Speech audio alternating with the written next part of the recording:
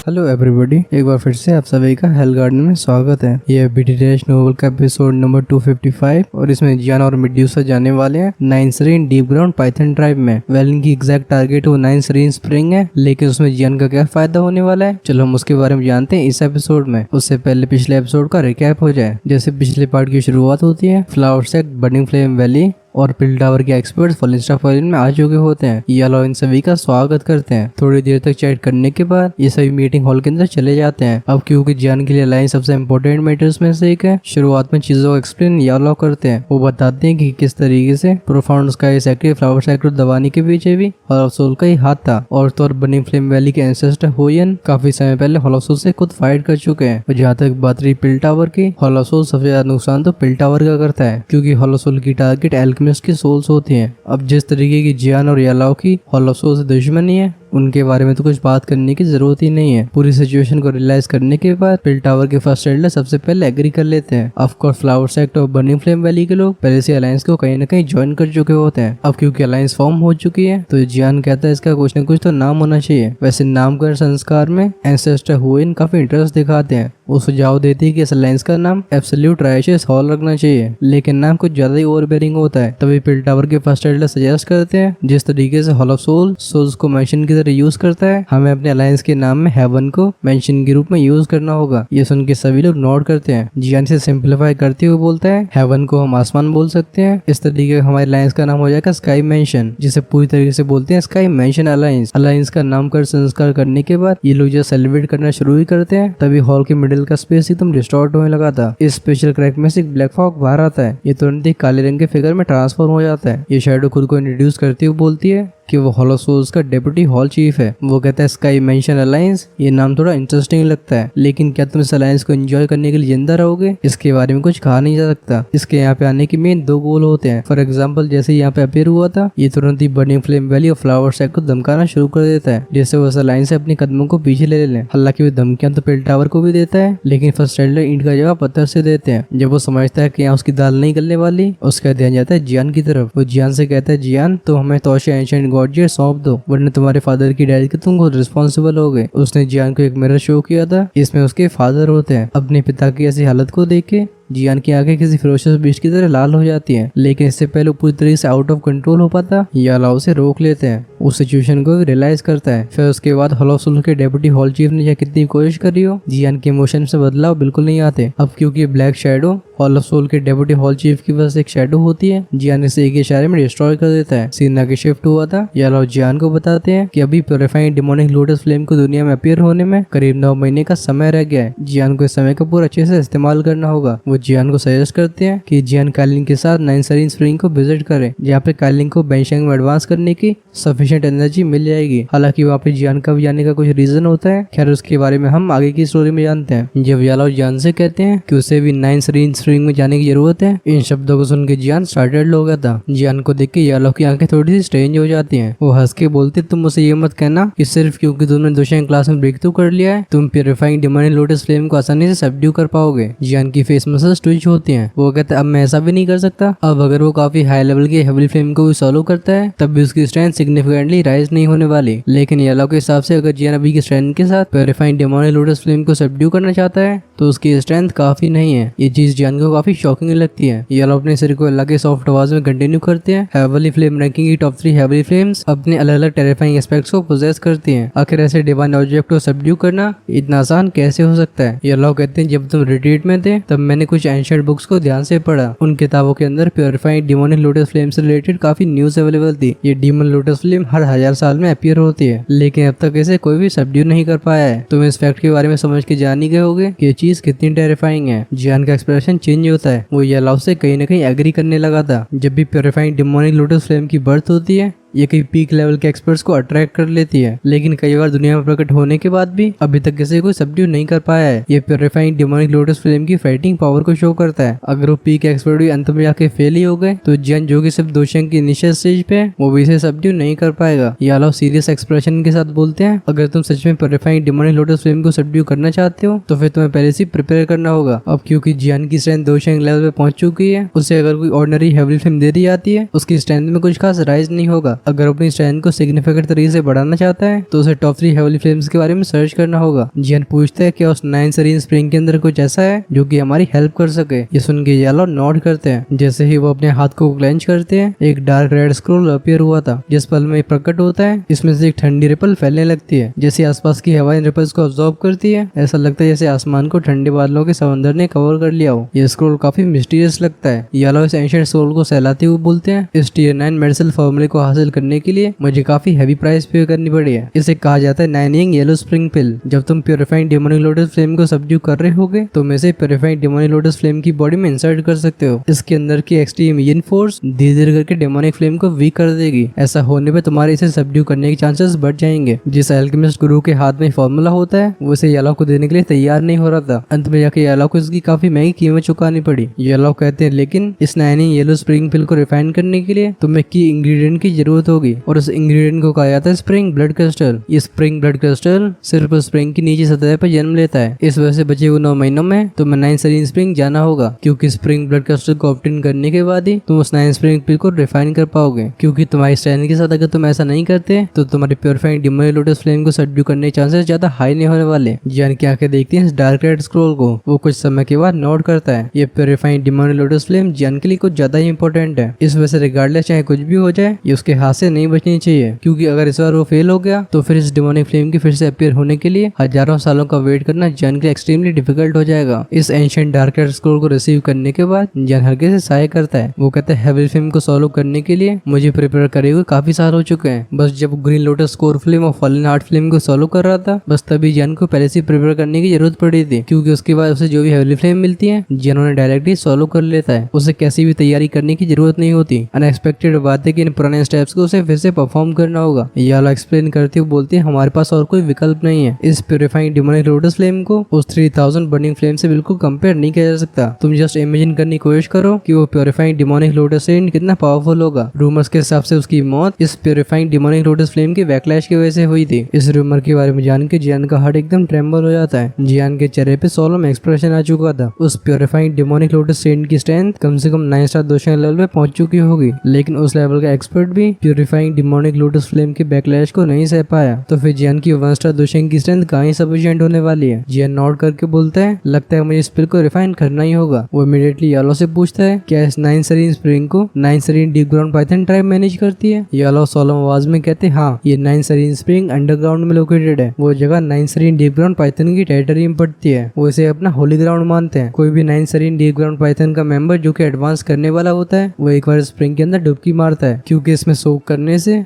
उनका break through काफी smooth हो जाता है। बस नॉर्मल इंसानों के लिए बात ऐसी है कि इस 9 सरीन स्प्रिंग के अंदर का पानी एक डार्क और कोल्ड एफिनिटी को रखता है। जो भी स्नेक मैजिकल बीस्ट ऐसी एफिनिटी को पोजेस करते हैं उनके लिए बहुत ही शानदार ट्रेनिंग ग्राउंड है। हाउएवर अगर मैं भी इस 9 सरीन स्प्रिंग के अंदर चला जाता हूँ तो इसकी कोल्ड एफिनिटी की वजह से मैं भी गहराई में जा नहीं पाऊंगा। तभी येलो के चेहरे पे स्माइल आती है। वो कहते हैं अच्छी बात है कि तुम्हारे पास 4 हेवली फ्लेम्स हैं, क्योंकि हेवली फ्लेम्स तुम्हारी बॉडी को प्रोटेक्ट कर रही होंगी। तुम स्प्रिंग ब्लड क्रिस्टल को ऑब्टेन करने के लिए 9 सरीन स्प्रिंग की डीपेस्ट पार्ट में जा सकते हो। वो काइलिन के लिए भी एकदम शानदार जगह है, जहाँ पे एक 7 रंगों वाले हेवन सॉलिंग पाइथन को एक डिवाइन स्नेक बोला जाता है। वहीं पर अगर बात होती है 9 ग्रेड हेवन सॉलिंग पाइथन की, तो उसका एग्जिस्टेंस सीधा एंशिएंट हेवन पाइथन किंग से कंपेरेबल होता है। अगर काइलिन सच में 9 सरीन स्प्रिंग के अंदर इवॉल्व हो पाती है, बिना किसी डाउट के उसकी स्ट्रेंथ काफी राइज होने वाली है। येलो कहते हैं अगर काइलिन की blood line 9 grade heaven soaring python में इवॉल्व हो जाती है, तो वो जिस स्नेक फॉर्म में ट्रांसफॉर्म होगी वो पूरी एक माउंटेन रेंज को डिवावर कर पाएगा। उसकी स्ट्रेंथ बहुत ही भयानक होगी। जियान नोट करता है एक 7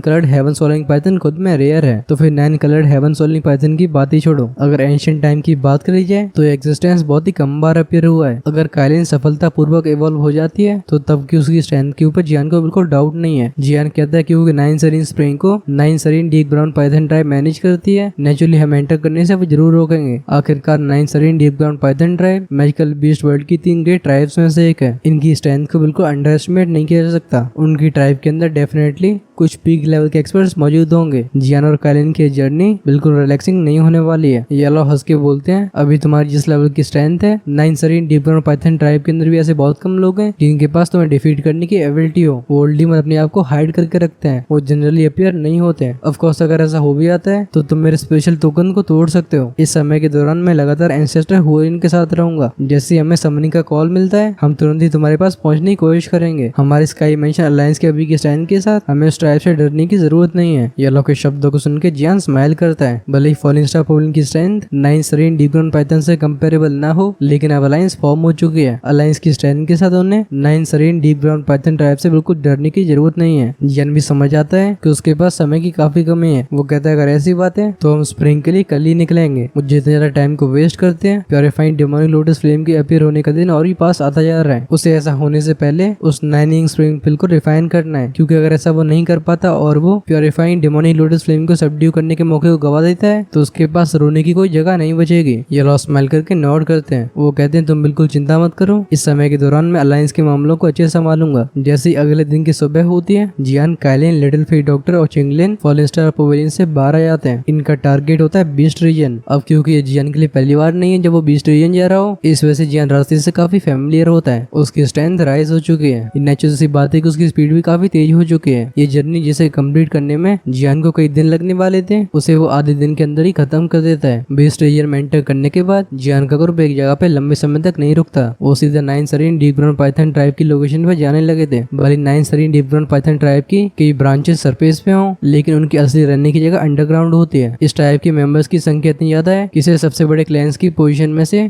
एक पोजीशन दी जा सकती है, लेकिन ट्राइब के इतने ज्यादा नंबर्स की वजह से इनकी ब्लड लाइन एकदम इम्प्योर हो चुकी है। कुछ 9 Sarin deep ground Python tribe के एल्डर्स के हिसाब से अगर इनकी प्रजनन क्रिया इस तरीके से चलती रहती है, आई मीन संख्या को बढ़ाना, तो 9 सरीन डीप ग्राउंड पाइथन की एंशिएंट ब्लड लाइन अगले 100 साल के अंदर एग्जॉस्ट हो जाएगी। उस समय 9 सरीन डीप ग्राउंड पाइथन बाकी की ऑर्डिनरी मैजिकल बीस्ट की तरह बन के रह जाएंगे। इस मामले की वजह से 9 Sarin deep ground Python tribe के अंदर कई बार बहस छिड़ चुकी है, लेकिन क्योंकि इनके पास एंशिएंट ब्लड लाइन का कोई भी सप्लीमेंट नहीं होता, तो जिस रेट से अपनी आबादी बढ़ाते जा रहे हैं, इनकी ब्लड लाइन का एग्जॉस्ट होना बिल्कुल मैटर ऑफ टाइम की बात रह गई है। अंडरग्राउंड वर्ल्ड में जाने के लिए 9 सरीन ग्राउंड अवे से निकलना होता है। इस जगह को 9 Sarin deep ground Python Tribe occupy करती है। इस वजह से इनके डिफेंसेस काफी टाइट थे। ऑफ कोर्स ये रिलेटिवली बात हो रही है, क्योंकि ऐसी सिक्योरिटी बस ऑर्डिनरी एक्सपर्ट्स को ही डरा सकती है। जियान की स्ट्रेंथ के साथ ही डिफेंसेस उसके फिगर को बिल्कुल डिटेक्ट भी नहीं कर पाते। इस समय जियान का ग्रुप होता है एक बड़े से माउंटेन पे, जो कि उस डीप अवे से थोड़ी सी दूरी पे था। जो उसकी आंखें ऐसी टाइट सिक्योरिटी को देखती हैं, वो अपने सर को हिला ही सकता था, लेकिन इससे पहले वो अपनी स्पेशल स्ट्रेंथ को एक्टिवेट करके सभी को डीप अवेस में ले जा पाता। अचानक से उसके कानों में थोड़ी दूरी से एक रशिंग साउंड सुनाई देती है। कई फिगर्स फ्लैश होकर सामने अपीयर हुए थे। पलक झपकते ये सभी एंशिएंट अवेस के अंदर निकल जाते हैं। इन आए हुए मेहमानों को देख के जियान के चेहरे पे सरप्राइज फ्लैश होता है। वो कहता है ये मुझे एंशिएंट बर्ड ड्रैगन ट्राइब के मेंबर लग रहे हैं। जियान की बॉडी के अंदर जो नई ब्लड लाइन है, उसमें ड्रैगन फिनिश ब्लड लाइन भी मिली हुई है। उससे एंशिएंट बर्ड ड्रैगन के खून की महक को पहचानने में कोई परेशानी नहीं होती। बस जियान के लिए भी काफी अनएक्सपेक्टेड बात होती है कि वो एंशिएंट बर्ड ड्रैगन ट्राइब के मेंबर्स को यहाँ पे देखेगा। जियान की बाहें सिमट जाती हैं। वो मन ही मन में कहता है कि इन सभी को जियान ने भेजा है, लेकिन वो इस समय 3 ग्रेट ड्रैगन किंग्स के मामलों को सॉल्व कर रही होगी। और जब एंशिएंट बर्ड ड्रैगन ट्राइब और 9 Sarin deep ground Python tribe के बीच में कोई रिलेशन नहीं है, तो फिर वो अपने एक्सपर्ट्स को यहाँ पे डिस्पैच क्यों करेगी। अचानक से जियान के दिमाग में विचार आता है, उसकी बॉडी में से एक फ्लक्चुएशन रिलीज हुई थी। ये फ्लक्चुएशन काफी जल्दी से फैलने लगती है। जैसे ही फ्लक्चुएशन उन लोगों से कैच करती है, जियान के कानों में उनकी कुछ आवाजें पहुंच जाती हैं। उसे सुनाई देता है ड्रैगन किंग डिस्पैच। जैसे ही ड्रैगन किंग वाले शब्द जियान के कानों में आते हैं, उसका एक्सप्रेशन तुरंत ही चेंज हो जाता है। नेचुरली जियान को पता होता है कि एंशिएंट बर्ड ड्रैगन टाइप 4 भागों में बढ़ चुकी है। अगर ईस्टर्न ड्रैगन आइलैंड को छोड़ दिया जाए जैसे जे ऑक्यूपाई करती है, तो फिर बाकी के बचे हुए 3 आइलैंड्स 3 ग्रेट ड्रैगन किंग्स के द्वारा कंट्रोल कर जाते हैं। ये ड्रैगन किंग वाला टाइटल सिर्फ उन तीनों आइलैंड के लीडर्स के लिए यूज किया जाता है। जियान मनी मन में कहता है ये लोग जिया की तरफ से नहीं आए हैं, बल्कि बाकी के 3 आइलैंड्स के मेंबर्स हैं। पिछली बार ईस्टर्न ड्रैगन आइलैंड से बाहर आने के बाद जियान को एंशिएंट बर्ड ड्रैगन ट्राइब से रिलेटेड कोई भी न्यूज नहीं मिली है। आखिर वो आइलैंड एक खाली स्पेस में एग्जिस्ट करता है। उसके अंदर चाहे कितनी बड़ी बैटल इरप्ट हो जाए, खबर का बाहर फैलना बहुत मुश्किल है। शायद एंशिएंट ड्रैगन बर्ड ट्राइब के अलावा किसी को पता नहीं होगा कि इनके बीच में सिविल वॉर चल रहा है। जियान की आंखें फ्लिकर होती है। वो कहते हैं ये सभी लोग आखिर कौन से ड्रैगन आइलैंड से आए हैं। ये अपनी ट्राइब को प्रोटेक्ट करने की वजह इस 9 Sarin deep ground Python Tribe को विजिट कर रहे हैं। लगता है इनकी भी स्कीम्स चल रही हैं। इतने सारे सालों के बाद जिया सक्सेसफुली अपनी रिट्रीट से बाहर आ चुकी होगी। ट्रेनिंग स्टेट से बाहर आने के बाद उसे एंशिएंट बर्ड ड्रैगन ट्राइब के सारे मामलों को सॉल्व करना होगा। लेकिन अगर उसे सिविल वॉर को रिजॉल्व करना है, तो ऐसा चारों आइलैंड्स को यूनाइट करने के बाद ही हो सकता है। और ऐसा करने के लिए तीनों ड्रैगन किंग्स का खात्मा जरूरी है। हालांकि जियान को पता नहीं होता कि तीनों ग्रेट ड्रैगन किंग्स की पावर किस लेवल की है, लेकिन बात तो बिल्कुल क्लियर है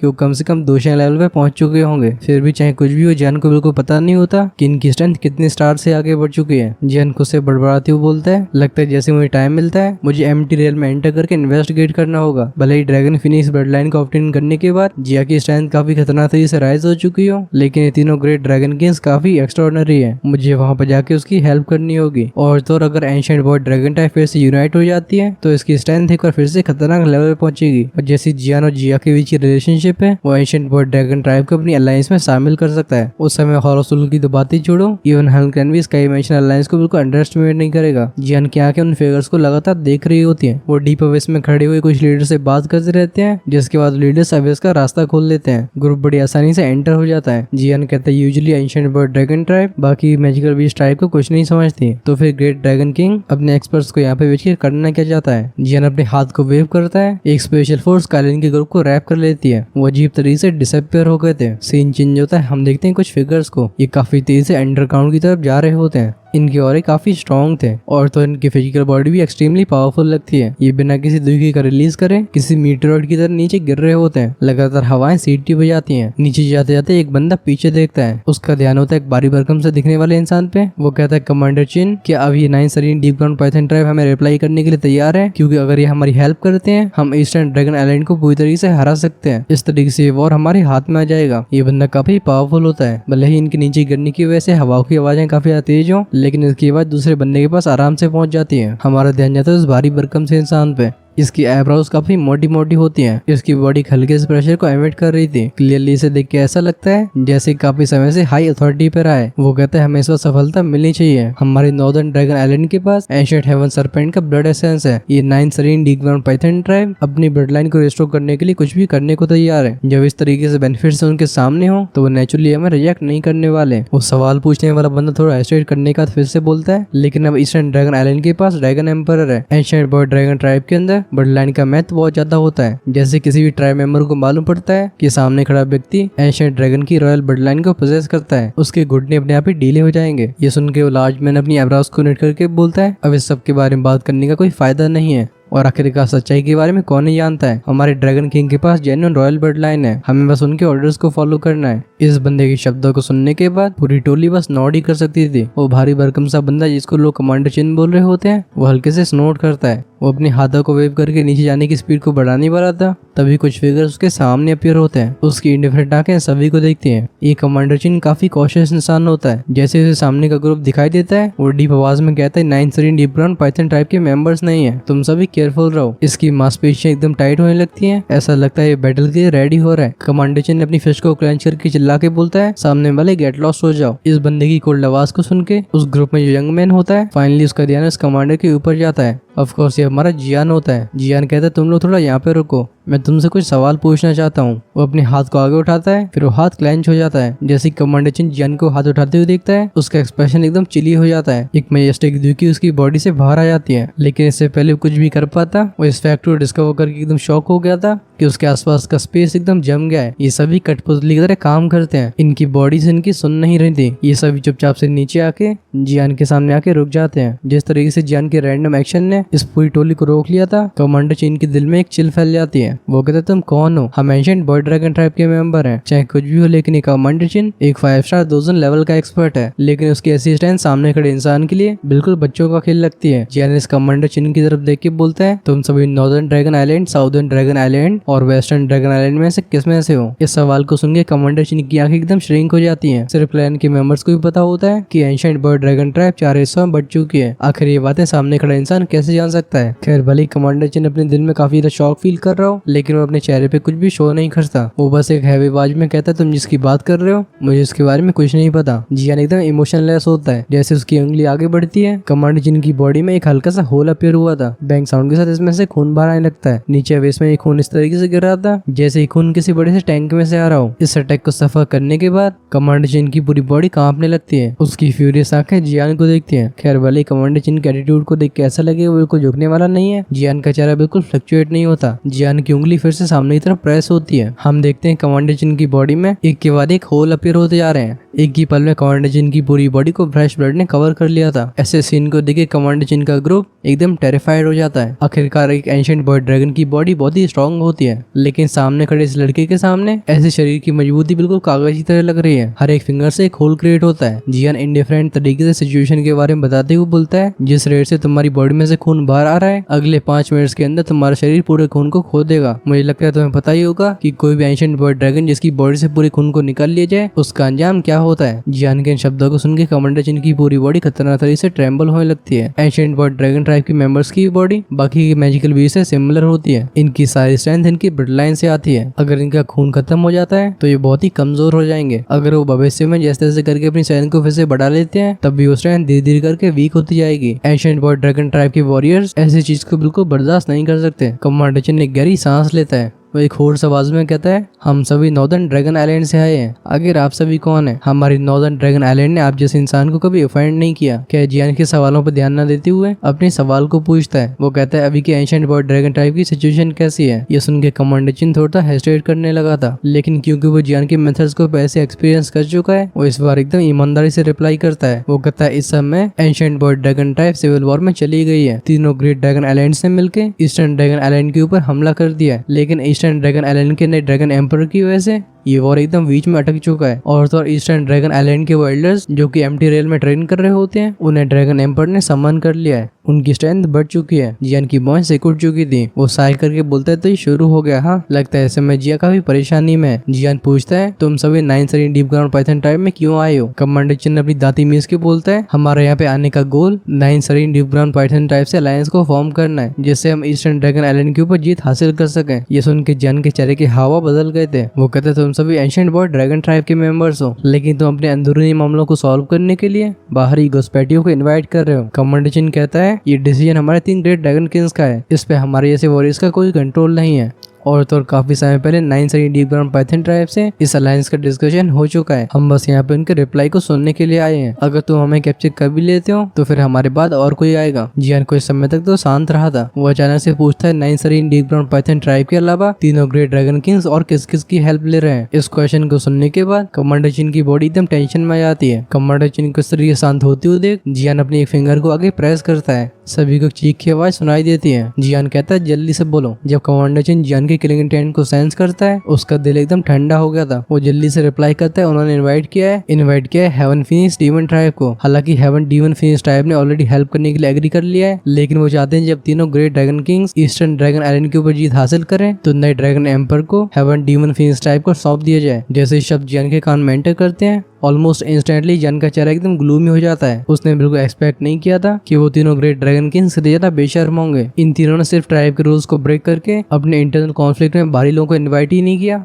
बल्कि अपने पुराने दुश्मनों को ड्रैगन एम्पर को सौंपने का वादा भी कर चुके हैं। जियान की आंखें एकदम इंटेंस तरीके से डार्क हो चुकी थी। जियान कहता है, बेस्टर्ड। वो अच्छे से जानता था कि अगर 9 Sarin deep ground Python tribe और हेवन फिनिक्स डीमन ट्राइब इन तीनों ग्रेट ड्रैगन किंग्स के साथ अलायंस को फॉर्म कर लेती है तो फिर जिया का ईस्टर्न ड्रैगन आइलैंड बहुत ही बड़े खतरे में आ जाएगा। जियान को फ्यूरियस होते हुए देख कमांडर चिन की बॉडी फिर से ट्रेम्बल होने लगती है। वो फटाक से अपने मुंह को बंद कर लेता है। तुरंत ही कालिन आगे आके जियान को सपोर्ट करती है। वो कहती है, लगता है जिया भी काफी खराब सिचुएशन में है, क्या हम उनकी हेल्प करने के लिए सीधा एम्प्टी रेल चले? जियान की आंखें फ्लिकर होती हैं। वो अपने सिर को हिलाते हुए बोलते हैं, हाल फिलहाल ऐसी कोई जरूरत नहीं है। जब तक हेवन फिनिक्स डीमन ट्राइब और 9 Sarin deep ground Python tribe के एक्सप्रेस डिस्पैच नहीं होते, मुझे लगता है तब तक जिया सिचुएशन को संभाल पाएगी। हमें हेवन डीमन फिनिक्स ट्राइब और 9 Sarin deep ground Python Tribe को डिले करना होगा। जियान के इस प्लान को सुनने के बाद कालिन बिना कुछ कहे हल्के से नोट कर देती है। अपने दिमाग के अंदर इस निर्णय पे पहुंचने के बाद जियान कमांडर चिन के मुंह से कुछ और जानकारी को उगलवाता है। जब फाइनली कमांडर के पास कुछ भी कहने को नहीं बचा होता तभी जियान ने उसे रेस्ट करने का मौका दिया था। इस समय कमांडर चिन की बॉडी का मैक्सिमम खून नीचे अबिस में जा चुका है। अगर ये मामला इस तरीके से लगातार चलता रहा तो वो सच में क्रिपल बन जाएगा। कमांडर चिन एक कमजोर आवाज में बोलता है, मुझे जो भी पता था मैं सब कुछ तुम्हें बता दिया है, कि अब तुम मुझे जाने दे सकते हो। जियान की इंडिफरेंट आंखें देखती कमांडर चिन को। वो फिर से खाली हवा में अपनी उंगलियों को प्रेस करता है। कमांडर चिन की टोली की पूरी दुखी जियान ने सील कर दी थी। एक इशारे पे ये सभी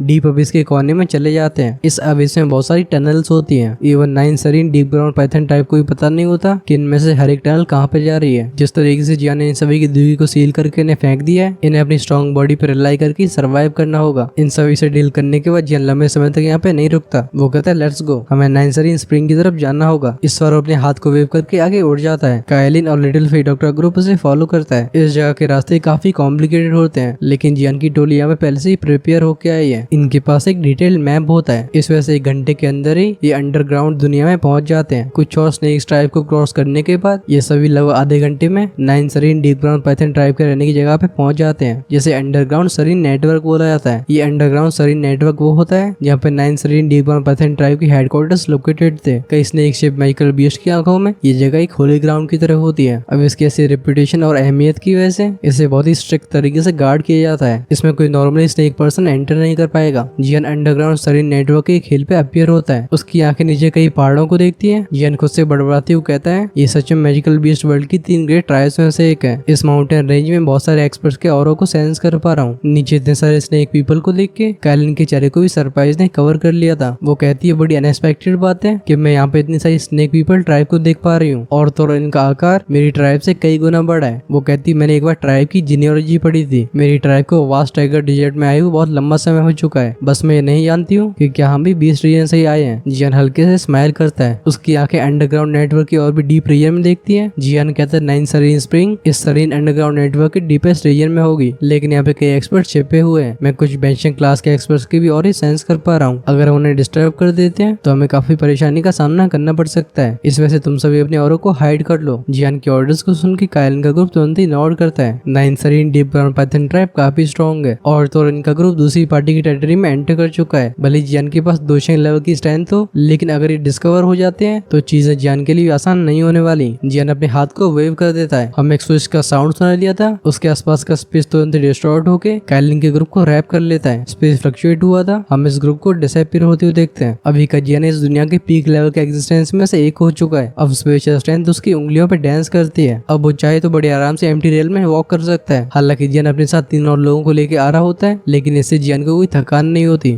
इस वजह से एक ग्रुप काफी तेजी से अंडरग्राउंड सरीन नेटवर्क की गहराई में चला जाता है। ट्रैवलिंग के दौरान ये किसी के भी ध्यान को आकर्षित नहीं करते। जैसे जैसे जियान अंडरग्राउंड सरीन नेटवर्क के और भी डीपेस्ट रीजन में पहुंचता जाता है, वो सेंस करता है कि उसके आसपास की और भी स्ट्रॉन्ग होते जा रहे हैं। जियान की ऐसी स्पिरिचुअल सेंसेस को भी डिटेक्ट करता है जो कि उसकी पिछली लोकेशन के ऊपर डाउट कर रही थी। लगता है इन सभी ने कुछ सेंस किया है। अच्छी बात है कि सिंपल मेथड्स की वजह से जियान की टोली का खुलासा नहीं होता। जियान की शानदार स्पेशल एबिलिटीज की वजह से वो काफी बारीकी से औरों के डिटेक्शन से बचते जाते हैं। ये चुपचाप से अंडरग्राउंड सरीन नेटवर्क के सबसे डीपेस्ट रीजन में एंटर कर गए थे। अंडरग्राउंड स्नेक सरीन नेटवर्क के सबसे डीपेस्ट रीजन में एक बहुत ही बड़ा ब्लैक अबिस होता है। इस अबिस की चौड़ाई 1000 फीट से भी ज्यादा होगी। वहीं पे इसकी गहराई का अंदाजा नहीं लगाया जा सकता है। जैसे नीचे से हवाएं ऊपर आती हैं, ये हवाएं अपने साथ शॉकिंग लेवल के कोल्ड ऑरे को भी साथ में लाती हैं। अगर कोई इस जगह पे खड़ा होता है तो वो फील करेगा कि उसकी दुखी एकदम फ्रीज होने लगी है। इस अबिस की गहराइयों में ही 9 सरीन डीप ग्राउंड पाइथन का होली पूल होता है। ऑफ कोर्स यहाँ पे बात हो रही है 9 सरीन स्प्रिंग की, जो कि जियान की डेस्टिनेशन भी होती है। इस डीप अबिस की सुरक्षा कुछ खास मजबूत नहीं होती, क्योंकि सभी जानते थे कि नीचे से जो ठंडी हवाएं आती हैं उनका वो डार्क और कोल्ड ऑरा गार्ड का काम करता है। इवन दोजोंग लेवल के एक्सपर्ट भी इसके अंदर आसानी से एंटर करने की कोशिश नहीं करेंगे। जब यहाँ पे डार्क और कोल्ड हवाएं चल रही होती है, अचानक से इसके ऊपर का स्पेस डिस्टॉर्ट होता है। कुछ फिगर्स तुरंत ही अपीयर हुए थे। ऑफ कोर्स ये जियान की टोली होती है। यहाँ पे प्रकट होने के बाद जियान की आंखें नीचे देखती हैं, लेकिन उसकी यहाँ पे लंबे समय तक रुकने की इंटेंशन नहीं होती। वो अपने हाथ से एक बार फिर से इशारा करता है। डेंस अमाउंट में स्पेशल फोर्स सभी को रैप कर लेती है। ये फोर्सफुली डार्क और कोल्ड हवा को तोड़ती हुई नीचे काले एबिस की गहराइयों में चली गई थी। ये एबिस एक्सट्रीमली डीप होता है। जियान की टोली की इतनी तेज स्पीड के बाद भी उन एबिस के बॉटम में पहुंचने में करीब 10 मिनट लग जाते हैं। नीचे की जमीन पर उतरने के बाद जियान के सामने एक बहुत ही बड़ी लेक अपीयर हुई थी। इसमें से एक ऐसा डार्क और चिल्ली ऑरा फैल रहा होता है जिससे एचएचओ का खून जम जाए। ये लेक एक्सट्रीमली ह्यूज होती है। इसका पानी गहरे पीले रंग का होता है। जब हम इसके डीप येलो कलर को देखते हैं तो इसमें से खून जैसी चमक दिखाई देती है। इसमें से लगातार कुछ येलो वेपर्स बाहर आते हैं और जब हवाएं चलती हुई आती हैं, ये इन वेपर को ऊपर ले जाया करती थी। इस पीले रंग की झील को देख के जियान हल्के से साय करता है। वो कहते तो यही लेजेंडरी 9 सरीन स्प्रिंग है। जियान इसके पास जाने लगता है। जैसे जैसे वो उसे अप्रोच कर रहा था, वो सेंस करता है कि अजीब सी कोल्ड एनर्जी उसकी बॉडी में एंटर करने की कोशिश कर रही है। तभी साइड में से लिटिल फीट डॉक्टर की हल्की आवाज सुनाई देती है। वो कहती है जगह कुछ ज्यादा ही डार्क और चिल्ली है। यहाँ पे 9 Sarin deep ground Python tribe के मेंबर्स भी ज्यादा समय तक लास्ट नहीं कर सकते। इस वजह से जब तक कोई स्पेशल सर्कमस्टेंसेस क्रिएट नहीं होते, यहाँ पे कोई फालतू में नहीं आएगा और इस समय पर्याप्त समय मिल जाएगा। इस समय शाओशन इस झील से काफी दूरी पे होती है, लेकिन जो लेक के अंदर की डार्क और कोल्ड फोर्स है उसकी वजह से वो भी काफी टेरेबल फील करती है। जियान नॉड करता है। 9 सरीन स्प्रिंग के पास आने के बाद वो नीचे झुक के लेक वाटर को टच करता है। तुरंत ही सभी के कानों में एक सिजलिंग साउंड सुनाई देता है। हम देखते हैं जियान के हाथ के ऊपर एक हल्की सी पीली बर्फ की परत बन गई है। जब जियान सेंस करता है कि इस 9 सरीन स्प्रिंग की डार्क और कोल्ड फोर्स कितनी ज्यादा टेरिफाइंग है, उसके चेहरे पे हल्का शॉक अपीयर हुआ था। वो कहता है सच में काफी स्ट्रॉन्ग है। तभी मैं कहूँ कि टीचर ऐसा क्यों कह रहे थे कि उन्हें भी इस झील के नीचे पहुंचने में परेशानी होगी। उसकी बॉडी में उसकी हेवली फ्लेम सर्कुलेट होनी शुरू हो जाती है। अगली पल में जियान के हाथ से आइसी लेयर पिघल जाती है। जियान अपने हाथ को फटकार के पानी को दूर फेंकता है। फाइनली उसका ध्यान जाता है कालिन की तरफ। वो कहता है कालिन, मैं पहले इस 9 सरीन स्प्रिंग के बॉटम में जाके उस स्पिरिट ब्लड क्रिस्टल को हासिल करता हूँ। मेरे सक्सीड होने के बाद ही तुम इसमें एंटर करना, तो मैं तुम्हें अच्छे से प्रोटेक्ट करूंगा। उसकी टोली में कालिन और जियान ही वो लोग हैं जो कि स्प्रिंग के अंदर एंटर कर सकते हैं। जियान इसे अप्रोच कर पाता है अपनी हेवली फ्लेम की वजह से, और कालिन इसके पास आ पाती है अपनी बॉडी की कॉन्स्टिट्यूशन की वजह से। कालिन हल्के से नॉड करती है। उसके चेहरे पे चिंता क्लियरली दिखाई दे रही थी। वो कहती है ठीक है, तुम्हें केयरफुल रहना होगा। अगर तुम्हें कोई दिक्कत होती है तो तुम सीधा वापस लौट आना। इस 9 सरीन स्प्रिंग के अंदर की डार्क और कोल्ड फोर्स कुछ ज्यादा ही टेरिफाइंग है। उसके लिए भी इमेजिन करना बहुत ही कठिन हो रहा था कि इस दुनिया में ऐसी डार्क और कोल्ड जगह एग्जिस्ट कर सकती है। जब शुरुआत में येलो ने कहा था कि 9 सरीन स्प्रिंग काइलिन को 9 कलर्ड हेवन सोलिंग पाइथन में इवॉल्व करने में हेल्प कर सकती है, शुरुआत में काइलिन को भी शब्दों पर शक हो रहा था, लेकिन फाइनली यहाँ पे पहुंचने के बाद वो समझ पाई है कि येलो की बात में बिल्कुल रियल पॉसिबिलिटी है। जियान हल्के से नॉड करता है। वो भी एक जेन्युइन दोषंग है, और तो और ऊपर से उसे 4 तरह की हेवली फ्लेम्स गार्ड कर रही हैं। वो बिल्कुल बिलीव नहीं करता था कि वो इस 9 सरीन स्प्रिंग की डार्क और चिली फोर्स को बिल्कुल सह नहीं पाएगा। जियान पीछे शाओशानी के ग्रुप से बोलता है, जैसे मैं इसके अंदर एंटर करता हूँ तुम सभी अपने आप को अच्छे से हाइड करके रखना, जैसे और एक्सपर्ट्स तुम्हें ढूंढ न पाए। बिना समय को बर्बाद करे जियान के शरीर के पोर्स में से हेवली फ्लेम बाहर आने लगती है। जब वो फ्राइटिंग लेवल का हॉट टेम्परेचर इस ठंडी वेपर से कांटेक्ट में आता है, तुरंत ही चारों तरफ सफेद धुआं फैल जाता है। हेवली फ्लेम को समन करने के बाद जियान के चेहरे को ग्रेव एक्सप्रेशन ने कवर कर लिया था। अगली पल हमें एक स्प्लैश की आवाज सुनाई देती है। जियान की बॉडी 9 सरीन स्प्रिंग के अंदर एंटर कर गई थी, जिसके बाद जियान लाइटिंग स्पीड के साथ इस झील की गहराइयों की तरफ बढ़ने लगता है। जब जियान ने इस 9 सरीन स्प्रिंग में एंटर किया था, इसमें से सिजलिंग साउंड के साथ स्मोक बाहर आता है। हम पानी की सतह पे कई बुलबुलों को बनते हुए देखते हैं, साफ तौर पे हेवली फ्लेम्स की वजह से। काइलिन अपने हाथ को वेव करती है, वो व्हाइट स्मोक स्कैटर हो जाता है। ऐसा करने के बाद ही वो रिलीफ फील करती है। फाइनली उसकी आंखें देखती हैं लिटिल फी डॉक्टर और चिंगलिन को। वो कहती है हमें सबसे पहले अपने आप को हाइड करना होगा। अब आगे की बातचीत जियान के वापस आने के बाद ही होगी। इन शब्दों को सुनकर लिटिल फी डॉक्टर और चिंगलिन दोनों ही नॉड कर देते हैं। इन दोनों की बॉडी फ्लैश हुई थी, ये आसपास के अंधेरे एरिया में छिप जाते हैं। इस समय इनके ऑरे पूरी तरीके से सप्रेस हो चुके थे। लिटिल फी डॉक्टर और चिंगलिन को हाइड होते हुए देख काइलिन भी डार्कनेस की तरफ विड्रॉ कर लेती है। ऐसा होने पर 9 सरीन येलो स्प्रिंग का एरिया फिर से साइलेंट मोड में एंटर कर जाता है और बस आसमान से तेज हवाओं की आवाजें सुनाई देती हैं। अच्छी बात है कि इस डीप अवेस में कोई एंटर नहीं करता। अब खैर एग्जैक्टली ये मामला कब तक चलता रहेगा, बस सवाल इसके ऊपर है। खैर अगला एपिसोड मेनली फोकस करेगा जियान के 9 सरीन स्प्रिंग के अंदर के एक्सपीरियंस के ऊपर। देखते हैं उसे क्या क्या नई चीजें मिलती हैं। ऑफ कोर्स कुछ लोगों को पता ही होगा कि जियान को आगे कौन मिलने वाला है, लेकिन कमेंट सेक्शन में जरा स्पॉइल मत करना, जिससे औरों के लिए नेक्स्ट एपिसोड इंटरेस्टिंग बना रहे। ऑफ कोर्स आप कमेंट्स में ये लिख के जरूर बता सकते हो कि आपको इस एक्सप्लेनेशन का कौन सा पार्ट सबसे पसंद आया है। अगर अभी तक वीडियो को लाइक और चैनल को सब्सक्राइब नहीं किया है तो हो सकता है कि आपसे नेक्स्ट एपिसोड मिस हो जाए। जस्ट अ रिमाइंडर, लाइक और सब्सक्राइब करना बिल्कुल फ्री है, सो आप डेफिनेटली इन दोनों बटन्स को प्रेस कर सकते हो, जैसे फ्यूचर में आने वाला ऑसम कंटेंट आपके पास सबसे पहले पहुंचेगा। ऑफ कोर्स जिन लोगों से आने वाले एपिसोड्स का वेट नहीं होता वो हमारे चैनल की मेंबरशिप को ज्वाइन कर सकते हैं। आपके किसी प्लान को चुनने से आप अर्ली एक्सेस जैसे फीचर को एंजॉय कर सकते हो। हम वीडियो को यहीं पे एंड करते हैं। हमारे साथ यहाँ तक बने रहने के लिए धन्यवाद। अगर आपसे पिछला एपिसोड मिस हो गया था तो उसे डायरेक्टली लेफ्ट में क्लिक करके देख सकते हो। जैसे अगला पार्ट रिलीज होता है वो आपको राइट साइड में मिल जाएगा। अंटिल देन टेक केयर, टाटा, बाय बाय।